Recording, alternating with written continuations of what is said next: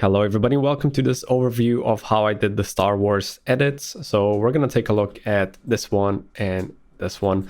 A lot of people were asking me how I got the colors. A lot of people were also asking me if this was done on location. And I hate to disappoint, but this was just a photo edit. And let me turn all of these off and I will go step by step on how this was done. The file is a bit big, so my computer is not the best, so it's a bit laggy. All right, so this was it. This is the backplate. I will link in the description where you can get the Iceland landscapes, because I did not took these landscapes and they're really amazing.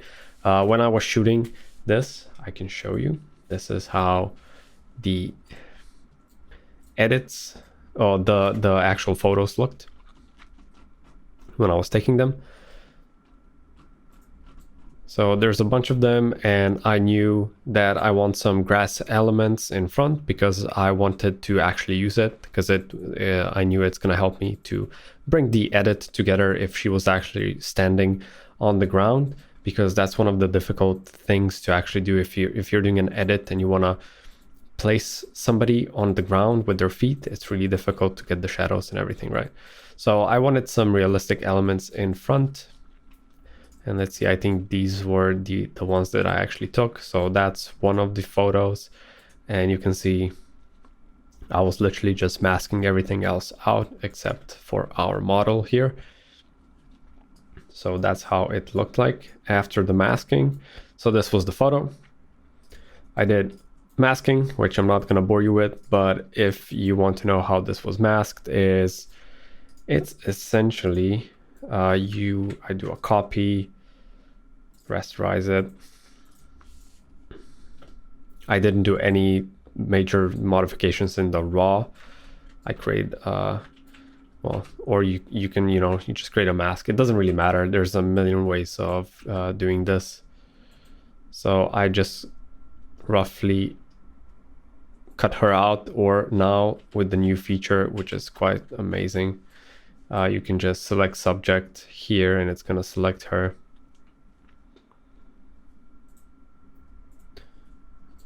This usually works. Remove background. Oh, go away. So it's going to remove her, and then if you want, you can add the grass just like this. After you have the grass, you just click here and you go select and mask, and then you do all the masking things. But this is not really a masking tutorial. I just wanted to show you guys how this was made. So after a bunch of masking, you can see this is how the mask is looking. I lost some of her hair here in the masking process, but I wasn't too worried about it because I knew that I'm going to be adding a lot of glow and just general light wrapping. After that, I took a print screen from the movie and I got BB-8 in there. As you can see, his resolution is way lower because it's a screenshot from the movie and they had their own color grade on the movie, and it just, yeah, the resolution difference is huge. As you can see, this is super sharp and crisp, as this, it's just an HD version of the movie. So I had to do a lot of color correcting. As you can see, this is straight from the movie and it was looking quite orange. So I did selective color on it. I believe it was on the neutrals. So selective color to get out the oranges. I did some curves to get out, yeah, just to bring some of the blue back in. I did another curves to make it lighter. And then I'm not sure what this is. Oh yeah, it's another set of curves with a mask. So this is how the mask looks like. So it's only brightening up the white areas. And that was the color fix for BB-8. So he fits in the scene. I wanted some of that bluish tint coming from kind of the sky, but just in general, I thought that was good enough because I didn't want this to be a complicated edit, to be honest. After that, I did some light wrap on him. As you can see, it's not that huge, but it's just a bit of light wrapping. For the light wrap, it's quite simple. What you need is a plate without him. So you would need something like this, and just create.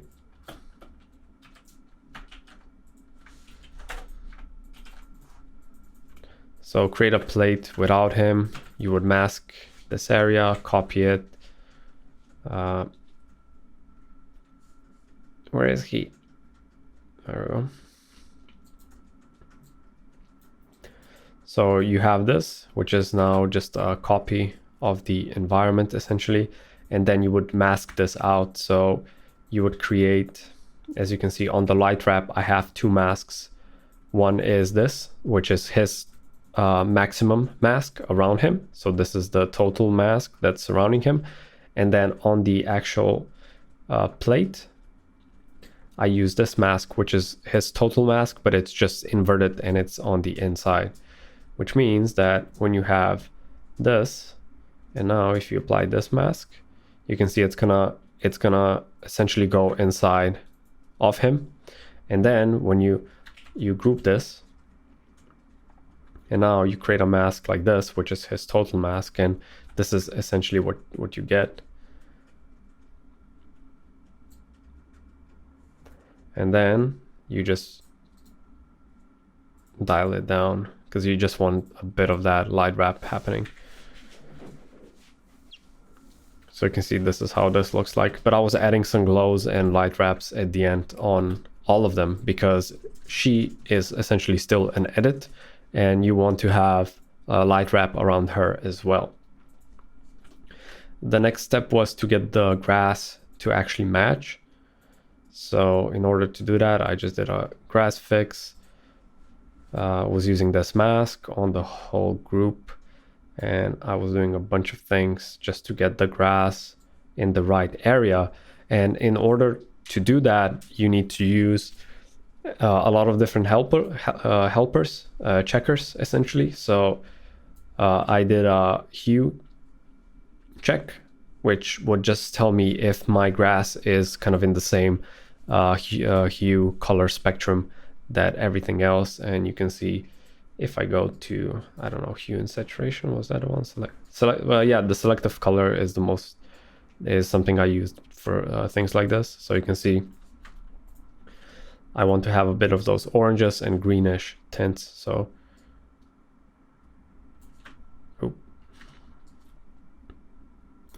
you can see how that is moving. So I want just a bit of that orange in there as well. And when you remove the hue check, you can see this was matching quite fine, but it wasn't matching. It's not exactly matching in terms of lightness. Like I said, I didn't want to spend too much time on this, but I did another saturation check as well. And this would leave me just with the saturation. And you can see it's a bit too saturated right now if you compare it to everything else. But you know what, it's fine. If it looks fine, it's fine. But I do use these two checkers, and if you want to see how they actually work, this is just a gray layer. You set it to luminosity so it will mask out everything else but the hue, and you do a hue saturation on top, just so you enhance it and you actually see. And then the light, the saturation checker, is going to show you something that is more white is more saturated, something that's darker is less saturated. And this is an old trick. You basically go to the reds and all the other colors and you set them to black. You set this to absolute, and then whites, neutrals, and blacks you set to black, and it will give you this map. There's also other ways of doing this, but this is the fastest one. And if you just create an action for it, it's super simple to quickly check. Next up, I added some fog, which are actual fog elements that look like, well, they're so normal. So it's actually like foggy kind of elements. Doesn't really matter. They didn't do much, to be honest, but I did add them just in case. because everything is so bright, they didn't really matter in this case. And then I did a gradient fill. So I added some light coming from the sky, and this was essentially the light wrap on her. And this is the beautiful mask that I did. I did another one for her boots because the contrast was too high here. Essentially, you could just use curves or whatever in this case. Like I'm saying, this is not a scientific kind of edit, and I was doing it just for fun, just to exercise my editing skills a bit. So nothing is actually perfect, and I know that there's a million ways of doing one thing, and sometimes I would do this with curves, I would do this with levels, or I would even fix it in some other way, but this time I just did it like this. Then I used a color lookup. So these 3 layers are actually just for light wrap and just glowiness in this area. Then I used a color lookup, and this one is actually called Star Wars: The Force Awakening, which worked quite well. I think it has too much greens and bluish in the shadows, but I kind of was fixing that by applying a mask. So this was actually, maybe I should invert it. No, it was fine. Yeah, it's just a bit too saturated, but I did something else at the end. So I'm gonna link where to get the lookup table here as well, because a lot of times I use these kind of lookup tables if I want to speed up my workflow. Otherwise, to be honest, you can literally, if you go into the camera raw, like this is really simple to do. And color lookups are essentially just like grading presets. Sometimes they work, but even when they work, they will produce a more noisy result in the colors, and just in general, it's going to be more noisy than if you actually did this with normal color adjustments.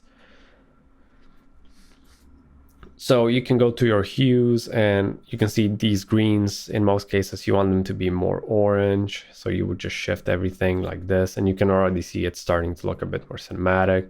You would push up the luminance here and maybe a bit more saturation. And then you would go to the split toning. You put this balance to 100%. And then you would maybe add some blue or green.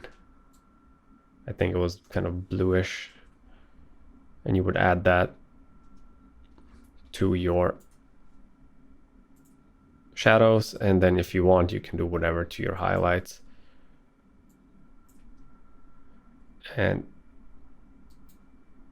just like that, this would also work quite well, and this would be a nice lookup table. And then you would probably go kind of do this, adjust the contrast a bit, so you can see how easily you could.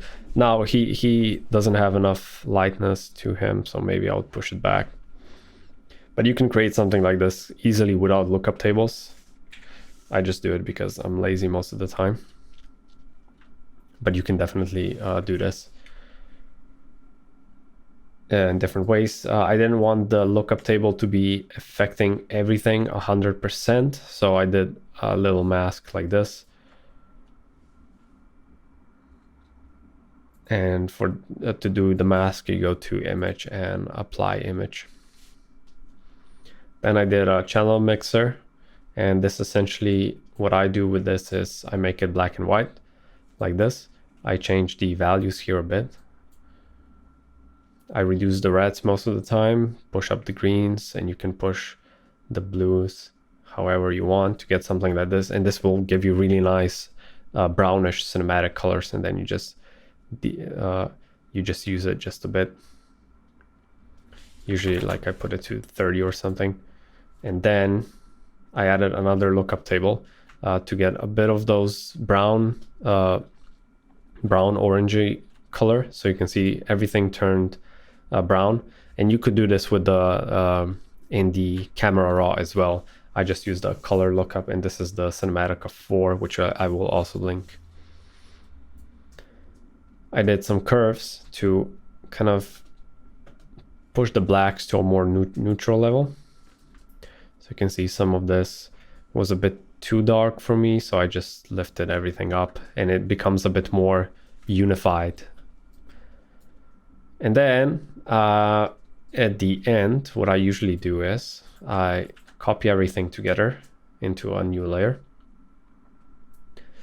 And in this case, yeah, I went to the camera raw. I can quickly show you guys. Camera raw, because he is a bit more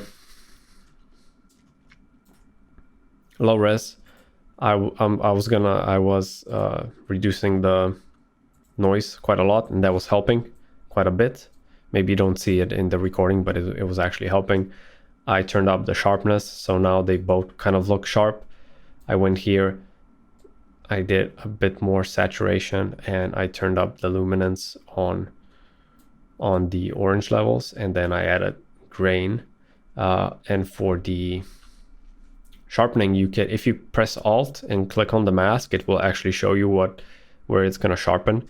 So I did something like this, and then you can go quite high with the amount because you're only sharpening just certain areas. And with the noise, I overdid the noise on this one because I wanted it to look a bit more filmic, and also I wanted them to match a bit better. So that's why I overdid it. And then I usually use a Tiffen plugin. So this is a plugin from Tiffen. They do real camera filters that you put in front of your lens. And I used to use Tiffen filters, and especially Pro Mist filter back in the day. But now I just use their filter, and it's just a glorified noise, like a light wrap kind of, how would you call it?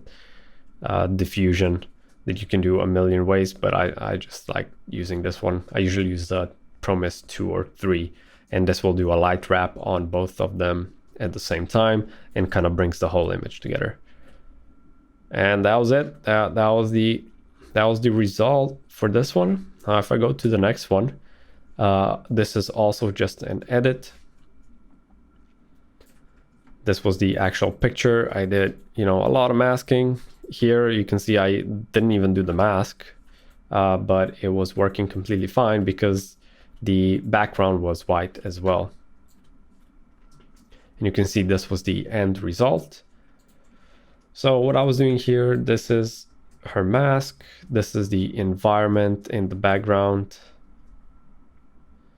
Also, it's from the same pack, but I was blurring all the environments a bit. I think I forgot to show you guys here, but I actually used, let's see if I still have it. You see this? Oh, that's annoying. So I was using a map like this when I was applying the lens blur because I wanted to have a gradient in the depth of field. I didn't want everything to be unifiedly depth of field-ish, so I wanted more depth of field in the background the further away it goes. All right, so let's see. There's not much to this one.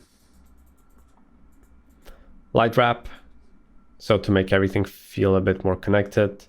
Color lookup, so in this case I was using the Star Wars lookup again, and then I was using some curves to get a bit more greenish in there as well. I unified everything. I did a couple of more corrections. I'm not sure if I did. Yeah, the curves don't do anything. This one is a bit more messy because I did it faster. This one you can see was a bit more organized with groups and everything. Here I just use a camera raw filter, and this is exactly what I keep doing to all the images. I just go to here, and you can see doing a bit of luminance adjustments, tweaking the colors completely, switching them around. So you can see this becomes from green, it goes to orange. It just makes it a bit more cinematic. because I'm using a complementary color scheme here, going from orange to blue and then a bit of brown as well. But they're just, you know, it's a quick complementary color scheme that kind of works quite well. And yeah, that was it in the color raw. For the color lookup table, you can see it doesn't do much. And I was using this mask again, so it doesn't affect all of my black levels, because it was affecting them a bit too much. They were becoming too greenish / bluish. But you can see this doesn't do much, and you can do similar adjustments with your selective color. So you would just go to the whites and kind of add just a bit of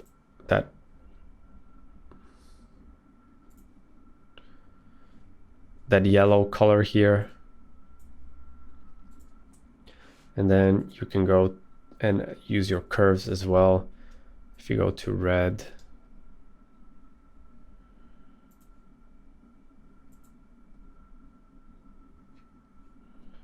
add a bit of green. You can be really soft with these adjustments, but you can see you get a nice color with just those two adjustments. So it goes from something that looks maybe a bit too natural to something that looks a bit more cinematic. Or you can just use a color lookup. The color lookup, usually they do color adjustments and color as well. Contrast adjustments and color. So in this case, these two would be color adjustments, but you can also just put them to color. Maybe this one is a bit too much. And then you would do another curves adjustment, just put it to luminance.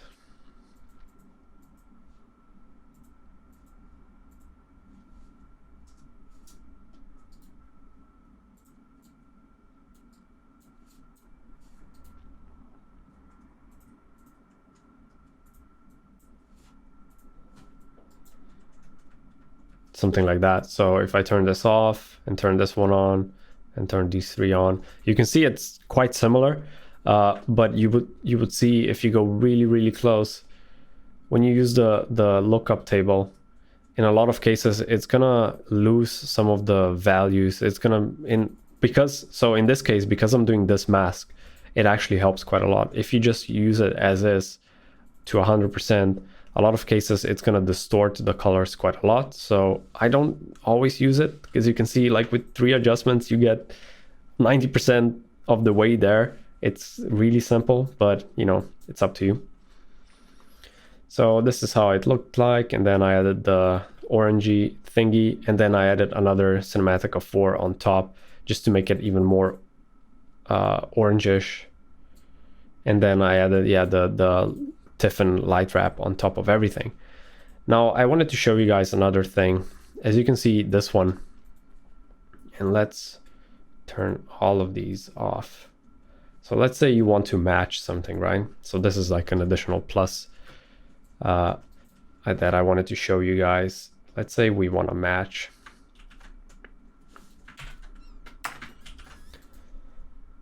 this color scheme. Super easy. You just go to your curves, you put them here, you go to auto, you alt click on this guy, and it's not gonna work. You have to be on here, on the adjustment itself. You auto click on it, you go find darks and lights and snap neutral midtones. And now you literally color pick the colors from your reference. And this is gonna be color, it's up to you, you know, to find the right values, something like this. And then the highlights, just pick the brightest areas. And you can see we are really close to what the reference was. All you need to do now is, if you go to your selective colors, to your neutrals, and you can just tweak it just a bit like that. So you can see we got really close with the highlights. You would probably, obviously the background was different, the light was different in the shot, but you can see we matched the colors quite well in terms of the feel of everything. Now you would change those colors to be more orangish, like here, because you can see that we're using this analogous kind of color scheme, which is more just brown and orange colors. We have a bit of greens here, so in this case you would change it, and then if you want you can add more red to her face as well. But this is a really quick way to actually create a color grade based on your reference. But I quite liked the one that I ended up with. It was a bit more extreme, a bit more bright, maybe even more hopeful. And that's another thing. When I was shooting these, I was lucky to have an overcast sky. So if you look at the reference, the actual shots. Let's go back. I was lucky, and I knew that if this was a sunny day, it would not work, because then my backgrounds would have to have a sunny kind of feel to them. But because it was overcast, I was getting some really, really nice soft light on her face, and I was quite happy with that. You can see this was just a giant softbox. And just think about this when you're shooting things. Don't think, oh, this like the sky looks really ugly and the background looks ugly. Yeah, it does, but you know you're gonna replace it anyway. And if it's bright like this, you just need to know that she is in the right exposure. Everything else is fine. If it's bright, it's even better, because it's gonna be easier to use the some of the tools to actually cut her out. So just think ahead and plan ahead a bit when you're doing your edits. Don't think that this one is quite good actually. Maybe I should have used this one. Yeah, just plan your edits, and don't think that even if you did just a simple sky replacement, which essentially this was just a sky replacement. All I did was, in the end, I took her out, and I added a sky at the bottom. So that was it. You can see it's so simple, but I knew I knew that this was going to happen. That's why I was not too worried with the background being all gray, and these clouds are just the worst. They look really bad. And you have the car lot at the background. And this was a bit more difficult to cut out with the grass, especially. Grass is always a pain in the ass to cut out, but it was working quite fine. But yeah, just plan a bit. I was lucky with the weather in this case. This was actually happening in Glasgow at Comic Con. So she was dressed up, and we took a couple of pictures. And then I immediately knew when I started taking these pictures, I knew I just wanted to replace the background 100%. Otherwise, these would not be even close as good as photos as they turned out to be. All right, guys, so this is it. This was a bit more, it was a bit longer than what I expected it to be. But I hope you guys can see how I work, how some of these processes go, how my mindset is about these things. I will link all the lookup tables and things like that in the description. But yeah, these were the final images, and I was quite happy with how they looked and how they turned out. So I hope this helped in any way, so you guys can see how something like this is done. Even though this was just for fun, it's non-commercial. This was just me practicing. And so yeah, I hope this was helpful, and I can't wait to see any kind of results from you guys. If you do an edit and you found this tutorial to be helpful, please let me know. Send me your work, and I will gladly take a look at it. But all right, this is it, and see you guys in the next video.